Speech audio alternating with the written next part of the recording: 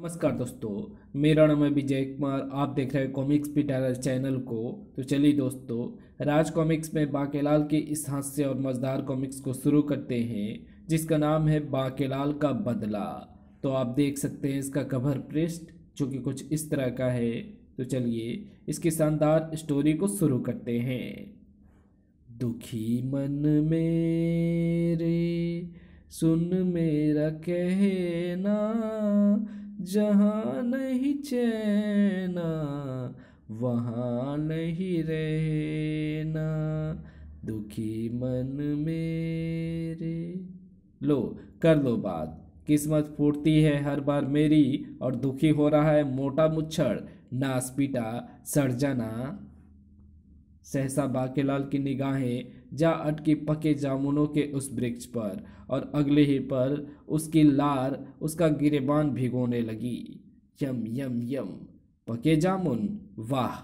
ठहरिए महाराज, जरा जामुनों से मुंह काला करते जाइए।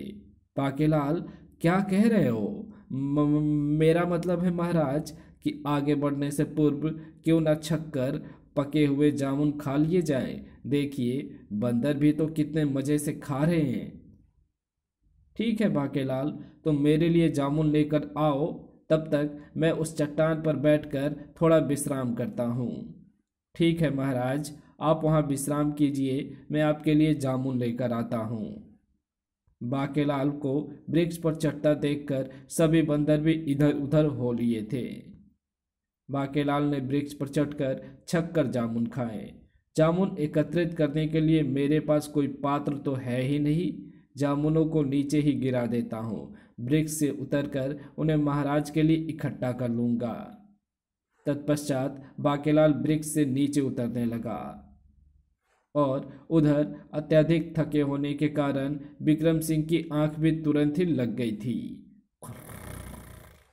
ऐसे में एक अज्ञात खतरा विक्रम सिंह के इर्द गिर्द अपना फन फैला रहा था। धप धप,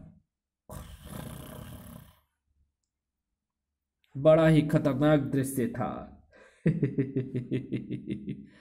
कक्षकूप अपने काम में कभी असफल नहीं होता। मेरी खाल पर लगी मूर्छित औषधि की गंध के प्रभाव से यह मूर्छित हो चुका है। अब मैं चलूं नदी में। और इसी पल बांकेलाल की निगाहें पड़ी उस हैरत अंगेज दृश्य पर। अरे ये क्या! महाराज जिस चट्टान पर निद्रामग्न है, वो वास्तव में एक भयानक राक्षस जीव है, जो कि महाराज को नदी में लिए जा रहा है। भयंकर प्रसन्नता से उछल पड़ा बांके। याहू! डूब गई महाराज के जीवन की लुटिया, मिल गया छुटकारा मुच्छर से। मगर प्रत्यक्ष इतनी धीरे से चीख कर बांके उस ओर भागा कि चीखने की आवाज बांके के खुद के कानों तक भी ना पहुंची। महाराज, खतरा महाराज, जागिए मत, सोए रहिए, जामुनों की परवाह मत कीजिए, वो मैं बंदरों को खिला दूंगा। महाराज, आपके बाद मेरा क्या होगा? बांके के देखते ही देखते विक्रम सिंह नदी के अथाह जल में खोकर रह गए। मैं तो बैठे बिठाए बन गया ना विशालगढ़ का राजा।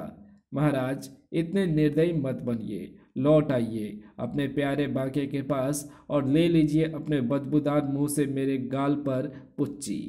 चुप बे बांकेलाल, कहीं मुच्छर सचमुच लौट आया तो? और फिर जब काफी देर तक भी विक्रम सिंह नदी के जल से बाहर ना निकला तो याहू सीटी बजाते हुए, दुख भरे दिन बीते रे भैया, अब सुख आयो रे, झूम बराबर झूम बाके झूम बराबर झूम। मुच्छर को मरता देख कर मेरा मन प्रसन्नता से डोले ओले ओले। टंडोले मेरा मन डोले, बाके का हुआ बेड़ा पार रे, अब कौन बजाए बांसुरियां टी। सांप, घुर्र, फुस, तेरी टी पी निकालने ही से तो मैं अपने बिल से बाहर निकला हूँ। कमबख्त 2 घंटे से गला फाड़कर चिल्ला रहा है। घुर्र, फुस। भागा बाकेलाल। मुझे जहरीला सांप समझकर डर कर भाग गया, जबकि मैं केवल चूहे खाने वाला बिना विष का सांप हूं। इधर बाकेलाल 2 ही कदम भागा होगा कि जा टकराया उस जिस्म से। धड़, आ, ये कौन आ गया मेरी राह में? मर गए, ये तो राक्षस है। दुरुर, कौन हो तुम? दुरुर, राक्षस के मुंह से निकला स्त्री का स्वर। मैं एक छोटा सा नन्हा सा प्यारा सा बच्चा हूँ राक्षस का। और मेरा नाम है लड़की। भाग कर कहाँ जा रहा था? मैं बहुत देर से तेरा नाच देख रहा हूँ। तेरे जैसे नचनिया मैंने आज तक नहीं देखा। नाच, जब तक तेरे पाँव चलेंगे तेरी सांस चलेगी, तेरे पाँव रुकेंगे तेरी सांस रुकेगी। धुरुर धुरुर। और उसकी स्त्रियोचित आवाज सुनकर बांके की छूट गई हंसी। दूसरे ही पल अपने स्वर को खतरनाक बनाता हुआ गरज उठा बाकेलाल। अबे जा, बड़ा आया राक्षस का बेटा लड़की। मैं कोई तुझसे डरता हूँ? चल तू नाच, वरना मैं तेरा सिर तोड़ दूंगा। मेरा डमरू छीन लिया? माँ, बापू, माँ, अब तो मानव भी मुझसे भयभीत नहीं होते। दुड़की दुड़की होले बेटा बाके, कहीं इसके माता पिता आ गए तो तेरा डमरू बजा देंगे। अबे चुप हो जा, छोड़ दिया तुझे बाके ने। भाग, बड़ा आया राक्षस का बेटा लड़की। और जिस बात का भय था वही हुआ। कहाँ जाता है? अगर तू राक्षस चंद्रकाल के हाथों बचकर भाग गया तो राक्षस जाति का पूरा नाम मिट्टी में मिल जाएगा। मेरा लाल, मेरे पुत्र, लड़की। माँ, इसने मेरा डमरू छीना और मुझे नाच भी नहीं दिखाया। मुझसे जानवर तो जानवर, अब मानव भी भयभीत नहीं होते। चुप हो जा मेरे लाल, देख मैं तेरे लिए क्या लाई हूं। आहा, चुप्पा, यम यम यम। चुप्पा मतलब लॉलीपॉप। ले बेटा लड़की, डमरू बजा। हम पहले इसका नाच देखेंगे और फिर इसके मांस का भोजन करेंगे, और मैं चूसूंगा चुप्पा, यम यम यम। हाँ तो मानो भैया, जल्दी से शुरू हो जाओ, वरना गद्दा मारकर अभी तोड़ता हूं तेरा सिर। और बेचारा बाकेलाल मरता क्या ना करता कि पग घुंघरू बांध मीरा नाची थी, और बाके नाचे बिना घुंघरू के। दुर, मैं जरा उसकी तिक्का बोटी करने के लिए गणासी की धार तेज कर लूं। इसी के साथ अचानक ही सिर पर पांव रखकर भागा बाकेलाल। भाग बेटा बाके, यही मौका है, वरना नाच देखने के बाद ये तेरी एक भी हड्डी साबुत नहीं रहने देंगे। माँ, बापू, वो भाग रहा है। और फिर आसपास का पूरा जंगल छान डालने के बाद भी राक्षस चंद्रकाल को बाकेलाल ना मिला। कहाँ गायब हो गया? बस एक ही बार दिख जाए वो कमबख्त। आह, काश मेरे पुत्र की आवाज़ भी शेष राक्षसों के समान रौबदार होती, तो आज हमें शिकार ढूंढने की चेष्टा ना करनी पड़ती। तब हमारा लड़की शिकार लाता है। इधर भागता हुआ बाकेलाल जाकर गिरा उस गड्ढे में। मरा। उफ, ये गड्ढा खोदकर ऊपर से घास किसने ढक दी? जरूर ये काम शिकारियों का होगा, पर शुक्र है कि अधिक गहरा ना था गड्ढा। धम, उई, आ, ये मेरे थोबड़े पर कौन आकर गिरा?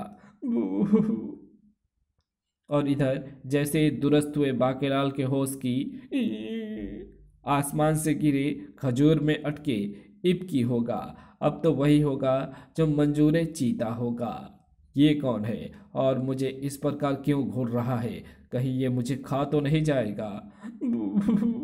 जब से मुझे होश आया है मुझे कुछ याद नहीं आ रहा है कि मैं कौन हूँ।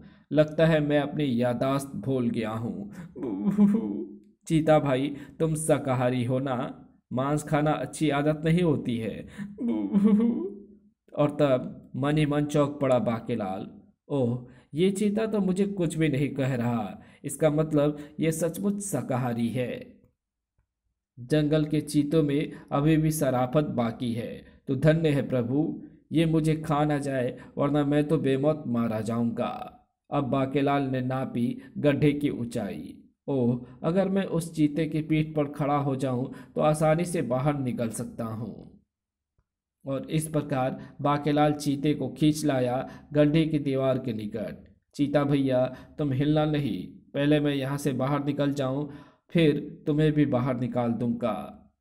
ओह, इसका मुझे खाने का कोई इरादा नहीं दिखता, ये तो कोई शरीफ जानवर दिखता है। इस प्रकार चीते की पीठ पर चढ़कर बाकेलाल बाहर आ गया।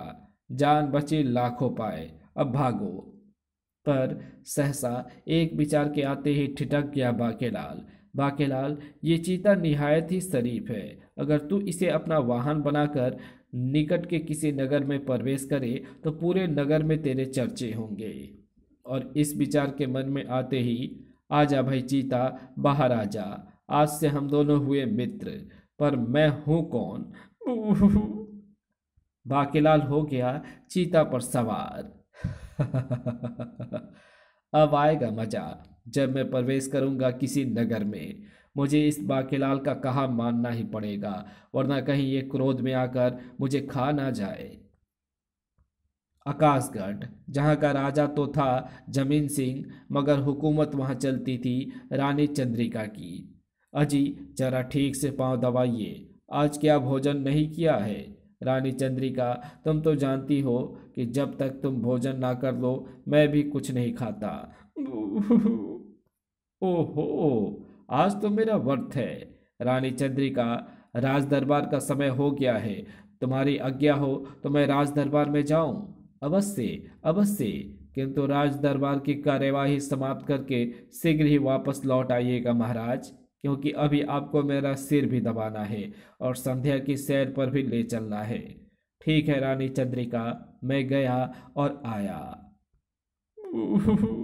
अगर मुझे पता होता कि रानी चंद्रिका को पति की नहीं एक दास की जरूरत है तो मैं कभी भी रानी चंद्रिका से विवाह करके घर जवाई ना बनता और मामूली इंसान से राजा बनने का स्वप्न देखता। पर अब क्या हो सकता है?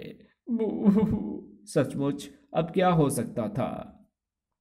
इधर बाकेलाल ने भी आकाशगढ़ में प्रवेश किया। अरे वो देखो, चीते ने अपने आप नगर में प्रवेश नहीं किया, बल्कि उस नौजवान को देखो जो उस पर सवारी गांठे बैठा है। भागो, चीता नगर में घुस आया है। बड़ी शान के साथ नगर में से गुजरा बाकेलाल। वाह, सब लोग मुझे देखकर भयभीत हो रहे हैं, कितना मजा आ रहा है मुझे। भागो चीता, पता ही नहीं चल रहा है कि खूंखार चीता है या उसका सवार। बांकेलाल के आगमन पर नगर में खलबली सी मच गई। पेड़ पर चढ़ जा बेटा लल्लू, क्योंकि शेर चीते पेड़ पर नहीं चढ़ सकते। उधर संध्या की सैर को निकली थी रानी चंद्रिका। आप कितने पत्नीव्रता पति हैं महाराज, मैं आपको पाकर धन्य हो गई। महाराज, हम तुम एक जंगल से गुजरे और शेर आ जाए तो क्या हो? रानी चंद्रिका, शेर से मैं कहूँगा कि तुम्हें छोड़कर मुझे खा जाए, पर फिर भी वो तुम्हें ही खाने की जिद करे तो मजा आ जाए। ये क्या महाराज, ये सब इतने भयभीत होकर कहाँ भागे जा रहे हैं? मुझसे ज़्यादा भयभीत तो संसार में दूसरा कोई ना होगा। जब मैं नहीं भाग रहा तो फिर ये क्यों भागे जा रहे हैं पता नहीं। चीता महाराज, चीता। हिंद, ओह, राजा रानी की सवारी। शुक्र है घोड़े चीते को देखकर बिदक गए हैं। महाराज, घोड़े बेकाबू हो गए हैं। अपने म्यान से तलवार खींचकर स्वयं ही आत्मरक्षा के लिए तैयार हो जाइए। महाराज, शेष घोड़े तो चीतों को देखते ही बिदक गए, मगर हमारे रथ के घोड़े क्यों नहीं बिदके? हम इसलिए नहीं बिदके क्योंकि आज हम घोड़े लेंगे उन कोड़ों का हिसाब जो रानी ने आज तक हमारे जिस्मों पर बरसाए हैं। घुर्र। बांके का चीता भी आकर रुक गया उस रथ के ठीक सामने। राजा जरूर मेरी बहादुरी पर प्रसन्न होगा। मुझे एक बार तो पता चल जाए कि मैं हूं कौन। हिंद, डटे रहना मित्र, रोज रोज कोड़े खाकर जीने से तो अच्छा है कि हम इस चीते का भोजन बनकर इसका कुछ भला करें। इधर घबराकर रानी चंद्रिका ने चीते पर दे मारी वो गद्दा। टनाक, आ, अरे ये क्या करती है महारानी जी। और दूसरे ही पल याद आ गया, मैं तो चीता हूँ। उस गड्ढे में सिर के बल गिरने से मेरी याददाश्त खो गई थी, जो कि इस मानवीय के वार से पुनः वापस आ गई है। चीता भाई, तुम्हें लगी तो नहीं। अगले ही पल दहाड़। चल नीचे। मुझे क्या तूने घोड़ा समझ रखा है जो मेरी पीठ पर सवारी गांठ रहा है। दहाड़। उई, मरा। क्रोध में भरे चीते ने रथ पर छलांग लगाई। औ दहाड़। तूने मुझे मारा, तेरी ये हिम्मत चीते पर हाथ उठाती है। बचाइए महाराज। वाह, ये सुनहरी अवसर भला मैं हाथ से कैसे जाने दूंगा। भय के कारण इतनी जोर से चिल्लाई रानी चंद्रिका की उसकी आवाज ही गले में खोकर रह गई। अब तुझे कौन बचाएगा। नहीं। तभी कहीं से सरसराया वो तीर और हो गया चीते की कनपट्टी के आर पार।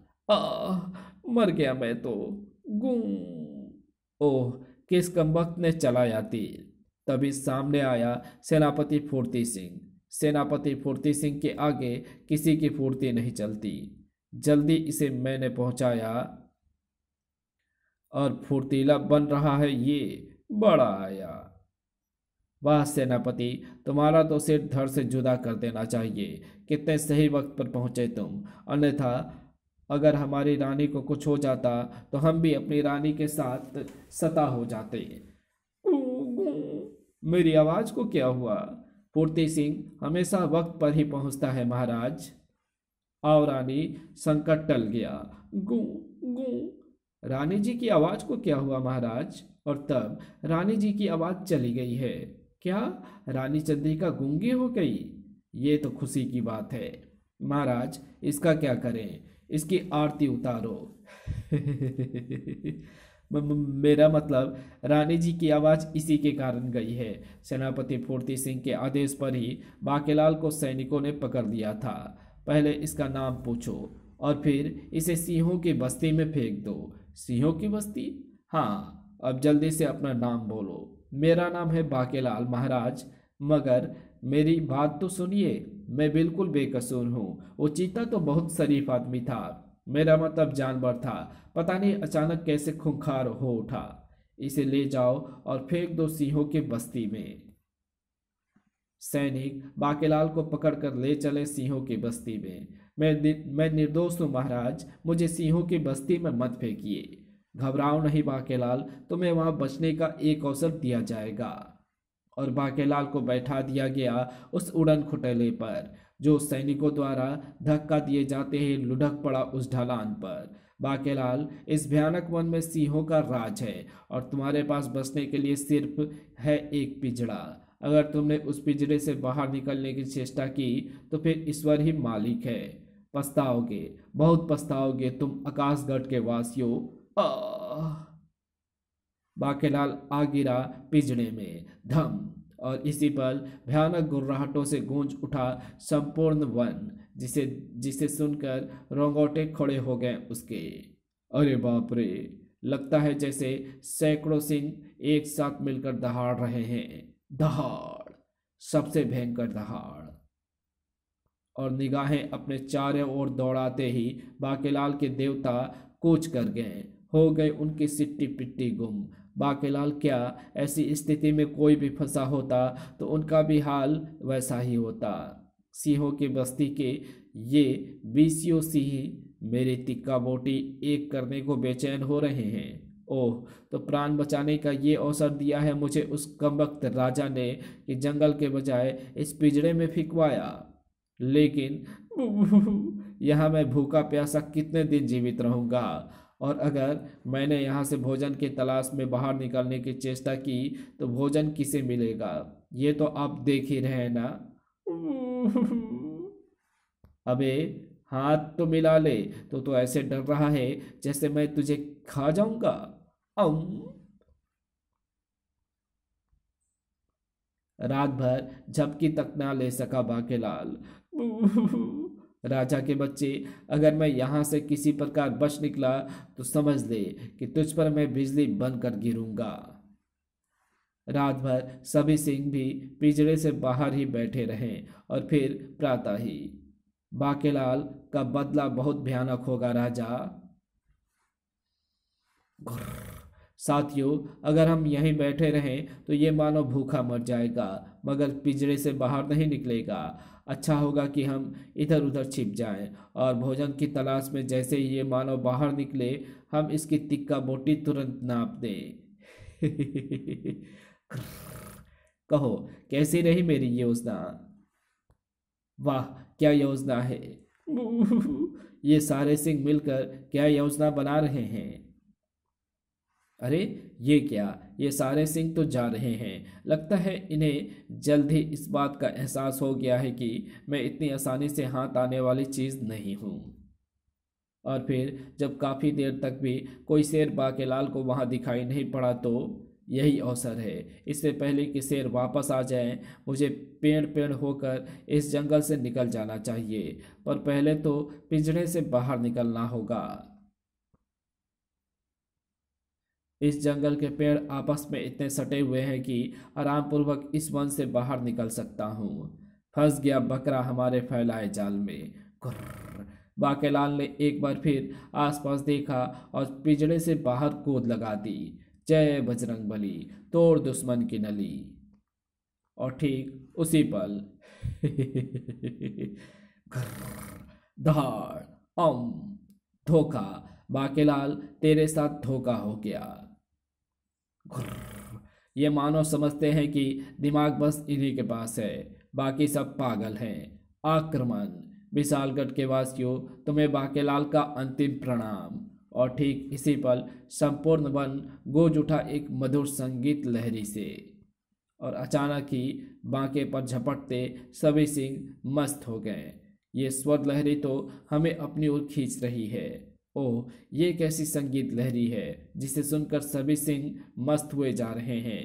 ओह, ये क्या, इस मधुर संगीत लहरी तो सुनकर ओह, ये क्या, इस मधुर संगीत लहरी को सुनकर तो मन बेकाबू हुआ जा रहा है और सभी सिंह उस संगीत लहरी की तान पर खींचते चले गए। चमत्कृत सा खड़ा था बाकेलाल। ओह, ये तो चमत्कार हो गया। मैं तो अपने जीवन की आशा ही छोड़ बैठा था। सहसा ही एक विचार उठा उसके मस्तिष्क में। ये सारी करामात उस वाद्य यंत्र की है जिससे ये संगीत लहरी फूट रही है। अगर वो वाद्य यंत्र मुझे मिल जाए तो मैं इन सिंहों को अपना गुलाम बनाकर, और सोचते सोचते बाकेलाल के मस्तिष्क में बनने लगी एक खुरापाती योजना। बाकेलाल भी छिपता छिपाता चल पड़ा उन सिंहों के पीछे पीछे। अब आएगा मजा, बस एक बार वो वाद्य यंत्र मेरे हाथ लग जाए। और इस प्रकार बाकेलाल शीघ्र ही जा पहुंचा उस संगीत लहरी के उद्गम स्थल तक। ओह, वो डढ़ियल साधु बजा रहा है उस वाद्य यंत्र को। और जब सभी सिंह साधु के चारों ओर आज्ञाकारी बच्चों की तरह मजमा लगाकर बैठ गए, तब जय हो, जय हो संगीत सम्राट बाबा की, साधु बाबा की जय हो। और तभी बांके की ओर देखकर आश्चर्य के साथ कह उठा वो साधु, पुत्र, तुम इस भयानक वन में क्या कर रहे हो? कौन हो तुम? महाराज, मैं बाकेलाल हूँ। इस वन में फंस गया हूँ। आपके इस वाद्य यंत्र ने मुझे इन सिंहों से बचा लिया, अन्यथा ये मुझे अब तक फाड़कर अपना भोजन बना चुके होते।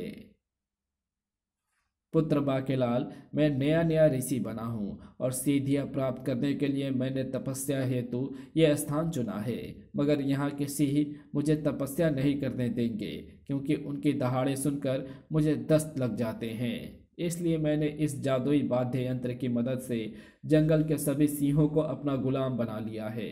मगर समस्या ये है कि अब इन्हें दूसरे जंगल में कौन छोड़कर आए, क्योंकि मैं अपनी तपस्या शीघ्र ही शुरू कर देना चाहता हूँ।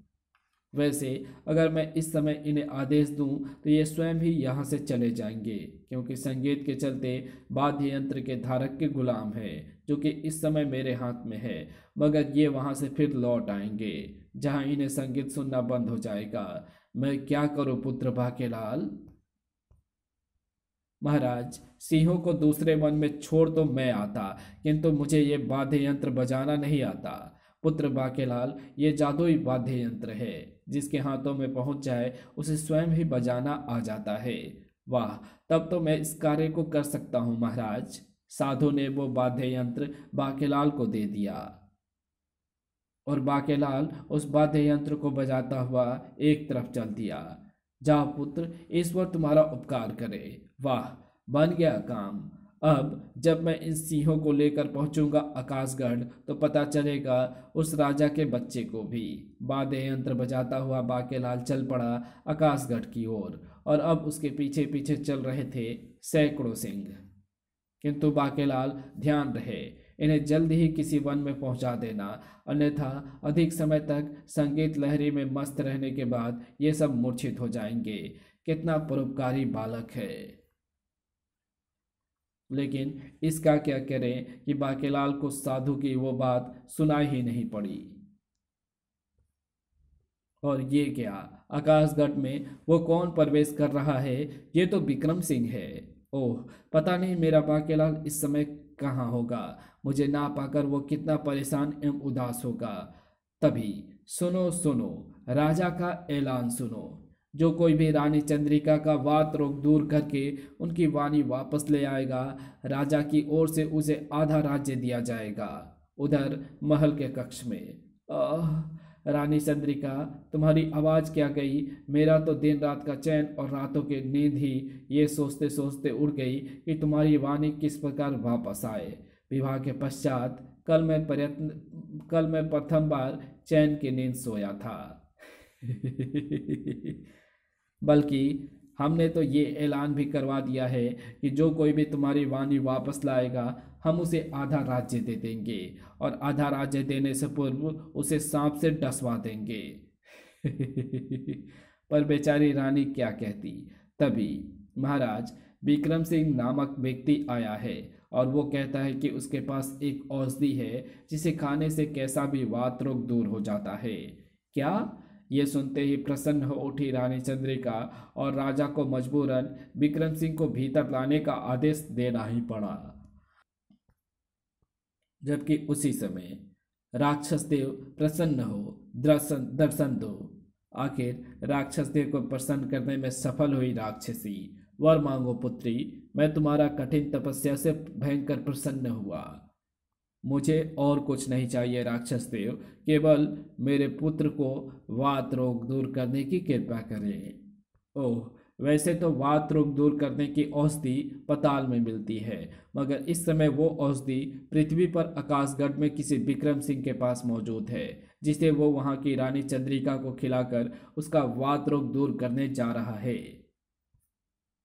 इतना कहकर राक्षस देव हो गए अंतर्धान। तभी भ्रिकिंटिया तन गई राक्षस चंडकाल की। नहीं, वो औषधि रानी चंडिका नहीं, मेरा पुत्र खाएगा। अजी, मैंने कहा जल्दी कीजिए, कहीं वो नामुराद विक्रम सिंह वो औषधि रानी चंद्रिका को खिला ही ना दी। महाराक्षस चंडकाल ने अपनी पत्नी और अपने पुत्र लड़की के साथ ही आकाशगढ़ में प्रवेश किया। चूहो, भाग जाओ, वरना बेमौत मारे जाओगे। भयानक तबाही मचाता हुआ आगे बढ़ा वो राक्षस परिवार। मैं एक छोटा सा नन्हा सा प्यारा सा बच्चा हूँ राक्षस का। धुड़ुर धुड़ुर। महल का विशाल दरवाजा राक्षस चंडकाल की एक ही ठोकर से टुकड़े टुकड़े होकर बिखर गए। औषधि केवल राक्षस का बेटा लड़की खाएगा। धड़ाक। बता, कहाँ है विक्रम सिंह और रानी चंद्रिका? अपने कक्ष में। उधर रानी के कक्ष में जा पहुंचे थे विक्रम सिंह। ये लीजिए महाराज, ये रही पताल की वो औषधि जिसे खाकर रानी जी की वाणी पुनः लौट आएगी। तेरा बेटा घर खो जाए मोटे, तू पतला हो जाए। तभी कक्ष की एक दीवार भरभरा कर गिर गई और भीतर आ गया पूरा राक्षस परिवार। मैं हूँ राक्षस चंडकाल, ये मेरी धर्म पत्नी है, और ये मेरा पुत्र लड़की, जिसके वात रोग को दूर करने के लिए मुझे चाहिए वो औषधि। वो औषधि खाकर मेरी आवाज भी शानदार हो जाएगी ना? हाँ बेटा, जरूर। लेकिन इसके पहले कि राक्षस चंडकाल राजा जमीन सिंह के हाथों से वो औषधि छीन लेता, वहां गूंज उठी संगीत लहरी। माँ बापू, ये संगीत लहरी कैसी है? मेरा मन तो इस पर नाचने को कर रहा है। मैं एक नन्हा सा छोटा सा प्यारा सा बच्चा हूँ राक्षस का। पी, चटनी में पुदीना, बाके को मिल गई वीणा, बदला लेने का अब आएगा मजा। इधर बाकेलाल ने भी प्रवेश किया महल में। अरे ये क्या, चारों ओर घनघोर शांति छा गई है। महल का मुख्य द्वार भी टूटा पड़ा है। और जब कक्ष के भीतर प्रविष्ट हुआ बाकेलाल, तो उसे देखते ही विक्रम सिंह की बाँछें खिल गई। मेरा प्यारा बाकेलाल, राजा देख, हाँ देख, तेरा हाजमा बिगड़ा जाए। बाकेलाल के साथ भीतर ही प्रविष्ट हुई शिव सिंह सेना। उफ, ये बाकेलाल सैकड़ों सिंह को यहाँ लेकर क्यों आया है? ये तो वही बाकेलाल है। अरे बाप रे, ये तो वही राक्षस चंडकाल है। मर गए। और ये मुच्छर जिंदा होकर यहाँ कैसे पहुँच गया? और बाकेलाल की ओर झपट पड़ी राक्षसी। अजी, मैं इस बाकेलाल को पकड़ती हूँ और आप उस औषधि पर कब्जा कीजिए। मर गए बेटा बाके। अब अगर जान बचानी है तो। बाके ने सिंहों को दिया आदेश। आक्रमण, खत्म कर दो इन राक्षसों को। बचाओ स्वामी। लेकिन एक ना चले राक्षस चंडकाल की। बचाओ। 20 सिंहों ने मिलकर राक्षस चंडकाल, उसकी पत्नी और उसके बेटे की बोटी बोटी अलग कर डाली। तब विक्रम सिंह ने कहा, रानी जी जल्दी कीजिए, ये औषधि खा लीजिए ताकि आपकी वाणी ठीक हो सके। जल्दी करो रानी, यही अवसर है, अपने सभी दुश्मनों को शेरों का भोजन बनवा देता हूँ और कर लेता हूँ आकाशगढ़ के राज सिंहासन पर अधिकार। लेकिन इससे पहले कि बाकेलाल ऐसा कोई आदेश दे पाता, सभी सिंह एकाएक मूर्छित होते चले गए। ओह, ये सब तो मूर्छित हो गए। आधी टूट गई अब मेरी योजना की टांग। और तब मेरा प्यारा बाकेलाल, मैं जानता था कि तुम मुझे ढूंढ ही लोगे। मेरी वाणी लौट आई। हे प्रभु, अब मुझे बहरा कर दे। महाराज, मैंने आपको कितनी आवाजें लगाई पर आपकी नींद ना टूटी। और जब तक मैं वृक्ष से उतरकर नीचे आया, तब तक वो भयानक जीव आपको लेकर नदी में समा चुका था। हाँ बाकेलाल। कक्षकूप हमें लेकर पहुंचा पाताल नगरी के राजा उलट सिंह के पास, जो कि अपनी प्रजा सहित एक भयानक रोग से ग्रस्त थे। ए मानो, मेरे और मेरी समस्त प्रजा के सिर में भयंकर पीड़ा रहती है, जिसका उपचार करने के लिए हमने तुम्हें पृथ्वी से यहाँ बुलाया है, क्योंकि पाताल लोक के राजवैद्य भी इस रोग को समझा नहीं पाए हैं। और हमने सुना है कि पृथ्वी बुद्धिमान मानव से भरी पड़ी है। ओह, किंतु महाराज, आप इस प्रकार उल्टे क्यों रहते हैं? उल्टे हम कहाँ हैं मानव? उल्टे तो तुम खड़े हो। पाताल लोक के सभी नागरिक तो इसी प्रकार रहते हैं। ओह महाराज, अगर आप मेरी तरह सीधी खड़ी होकर रहेंगे तो आपकी पीड़ा कुछ ही देर में दूर हो जाएगी। इस प्रकार जब मैंने उनकी पीड़ा को दूर कर दिया तो हमारे सिर की पीड़ा दूर हो गई। वाह विक्रम सिंह जी, ये लीजिए, ये औषधि आप रख लें। इस औषधि से गूंगे भी बोल सकते हैं और किसी भी प्रकार का वात रोग दूर हो सकता है। और तब बाकेलाल, हमें भी क्षमा कर दो। हमने तुम्हारे साथ बुरा बर्ताव किया, जबकि तुमने भयानक राक्षस परिवार से हमारे नगर की रक्षा की है। वो तो ठीक है महाराज, मगर अब इन सिंहों को होश में आने से पूर्व किसी जंगल में फिकवा दीजिए। तभी बाकेलाल के हाथ से गायब हो गया वो वाद्य यंत्र भी। ओह, कार्य पूरा होते ही वो वाद्य यंत्र भी मेरे हाथ से गायब हो गया। फूटी किस्मत मेरी। और इस प्रकार एक बार फिर विक्रम सिंह और बाकेलाल चल पड़े विशालगढ़ के सफ़र पर। और इसी के साथ ये कहानी यहीं समाप्त होती है। तो आपको ये वीडियो कैसी लगी? अगर आपको ये वीडियो पसंद आई हो तो इस वीडियो को लाइक शेयर कमेंट जरूर कर देना। चैनल पर नए हो तो चैनल को सब्सक्राइब कर ऑल नोटिफिकेशन को सिलेक्ट ज़रूर कर लेना। Thanks for watching my videos.